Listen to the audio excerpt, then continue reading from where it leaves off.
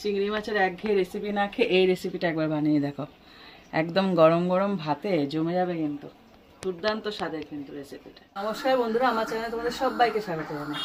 যা গরম পড়েছে তাই বলে কি একে বাদ দেওয়া যায়? হ্যাঁ, আমার সবসময় কি সাদা মাটা খাওয়া যায়? হ্যাঁ, চিংড়ি মাছ খাওয়া না হয় নাকি আবার?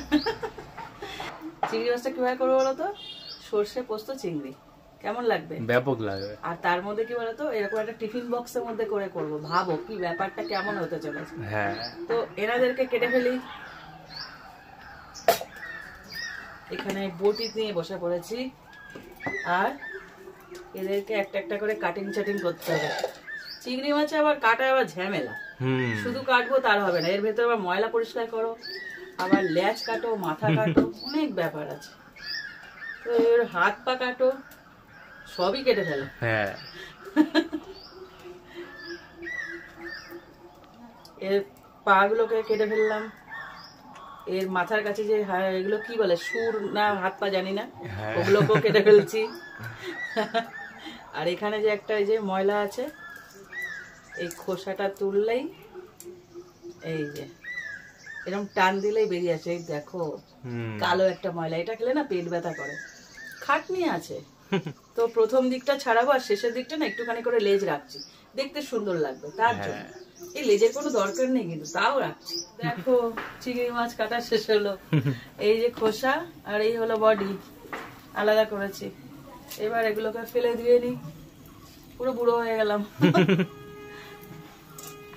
আর তারপরে দেখো মেঘ করেছে। হ্যাঁ, মেঘলা হয়ে গেছে। যখনই তৈরি হয় বসি, কিছু না কিছু হবে, হয় বৃষ্টি আসবে, নালে বাজ পড়বে, নালে মেঘ ডাকবে, নালে ছুঁচো ইঁদুর আসবে, কিছুটা কিছু হবে। হবে অবশ্যই। হ্যাঁ, একটু আগে একটা বেজি আর একটা গেছো ইঁদুর, কি মারপিট। আমরা পুকুর পাড়ে থাকি তো, এগুলো আমাদের এক্সট্রা পাওয়া না। হ্যাঁ, তো এগুলোকে আমি ধুয়ে নিই প্রথমে। চিংড়ি মাছটা আমি ভালো করে ধুয়ে রেখেছি, এই দেখো পরিষ্কার করে একদম ধুয়ে বেছে নিয়েছি, পরিষ্কার করে একদম রেখে দিয়েছি। ঘুমা, এখন আমি কাজ নেই, আমার অন্যদিকে কাজ। এবার আমি নিয়ে নিচ্ছি এখানে কালো সরষে, সবকটাকে বাটবো একসাথে। আর নিচ্ছি পোস্ত, আর নিচ্ছি পেঁয়াজ কুচি। একটা পেঁয়াজের হাফ দিয়েছি, পুরো পেঁয়াজও না, মিডিয়াম সাইজের একটা পেঁয়াজ নিচ্ছি, তার হাফ। আর নিচ্ছি দুটো কাঁচা লঙ্কা, আর নিচ্ছি একটু জল বাটার জন্য। এবার একসাথে বাটবো।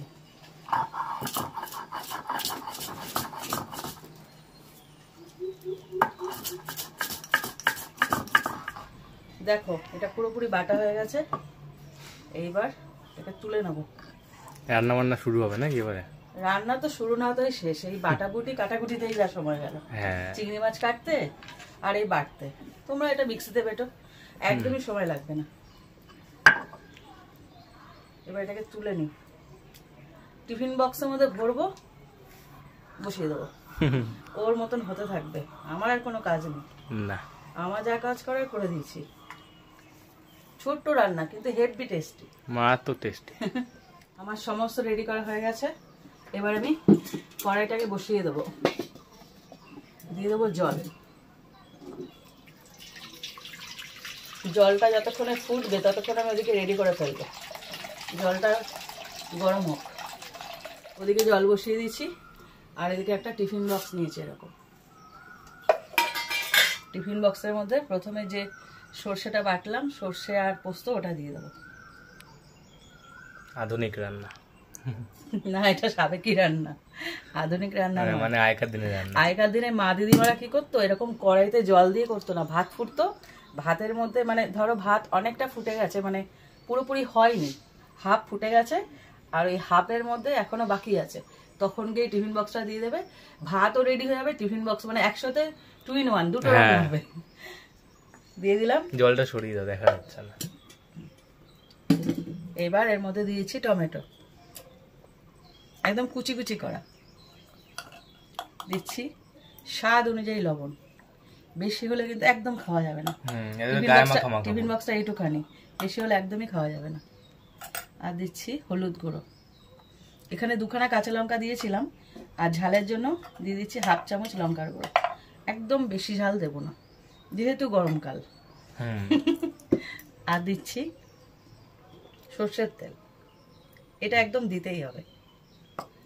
দিচ্ছি আর দিচ্ছি দুটো চেরা কাঁচা লঙ্কা। এইবারে আসল মহাশয় আসবেন, যার অপেক্ষা করছে এটাকে মিশিয়ে দেবো। একটা চামচ দিয়ে মিশিয়ে দিলাম পুরোপুরি। এইবার মাছগুলোকে দেওয়ার পালা, চিংড়ি মাছগুলোকে। ফাঁকিবাজি রান্না না? একদম ফাঁকিবাজি, কিন্তু খেয়ে দেখো এত সুন্দর খেতে। এবার মাছগুলোকে পুরো ঘেটে দেবো এর সাথে, মানে মশলাগুলো পুরো মাছের মধ্যে ঢোকে, মানে চিংড়ি মাছ। বারবার মাছ বলে কিন্তু সম্মান দিচ্ছি, ছোট বলে কিন্তু আমি অসম্মান করছি না। হ্যাঁ এইবার এটাকে ভালো করে মিশিয়ে নিলাম। এর ঢাকনা বন্ধ করে দেবো। খুব বেশি পাতলা করব না, একটু গা মাখা মাখা হবে, ভালো লাগবে। আর চেরা কাঁচা লঙ্কাটা দিয়েছি ফ্লেভারের জন্য। এবার ঢাকনা আটকে গেল, জলের মধ্যে বসিয়ে দেবো। জলটা অনেকটা গরম হয়ে গেছে, ওর মতো ফুটে যাবে, টকবক করে ফুটবে। এটা 10 থেকে 15 মিনিট রাখবে, তাহলে এটা নিজে নিজে হয়ে যাবে। এর থেকে বেশি হবে না, চিংড়ি মাছ তো নরম, তার জন্য। এই দেখো আমার টিফিন বক্স বা স্মাইলি আছে, ও হাসছে কিন্তু। তো এটা ফুটতে দিই। এই দেখো আমার টিফিন বক্স নাচ করছে, দাদি দিনা নাচ করছে। ফাঁকিবাজি রান্না না, এরকম মাখবে আর বসিয়ে দেবে। যখন ইচ্ছা করবে না এই রান্না, ওর নাচ বন্ধ হবে, রান্না শেষ। যখন ইচ্ছা করবে না রান্না করতে, আমার সঙ্গে কন্ট্যাক্ট করবে, আমি বুদ্ধি দিয়ে দেবো। আজকে দেখো কি গরম পড়েছে, ঘেমে স্নান হয়ে যাচ্ছে। ফাঁকিবাজি রান্না করবে, ভাতটা কোনো রকম করে নিয়ে এরকম করে ফেলবে, একদম রেডি হয়ে যাবে। কিন্তু টেস্টি, যে খেতে বসবে না চলে আহা কি ভালো খেলাম, কিন্তু তোমার কষ্ট হবে না। দেখো 15 থেকে 16 মিনিট হয়ে গেছে। এবার দেখি এর অবস্থাটা, নাচতে নাচতে জল কতটা কমে গেছে, নিতেই যাচ্ছে। বিশাল গরম। চলে আয়, হাসতে হাসতে চলে আসলো। তোর গরম দেখি খুলবো কি করে।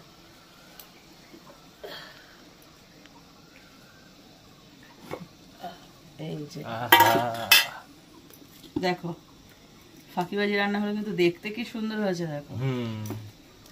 তাহলে তৈরি হয়ে গেল রেসিপিটা। এবার গরম গরম ভাত দিয়ে খেয়ে ফেলো। দেখো এই রেসিপিটা তোমরা তৈরি করো বাড়িতে, করার পর গরম গরম ভাতে খেয়ে কমেন্ট করো, আর ভালো লাগলে লাইক দিয়ে এটা শেয়ার করো। আরো রেসিপি পেতে আমার চ্যানেলটা সাবস্ক্রাইব করো। তো আজকের মতন টাটা।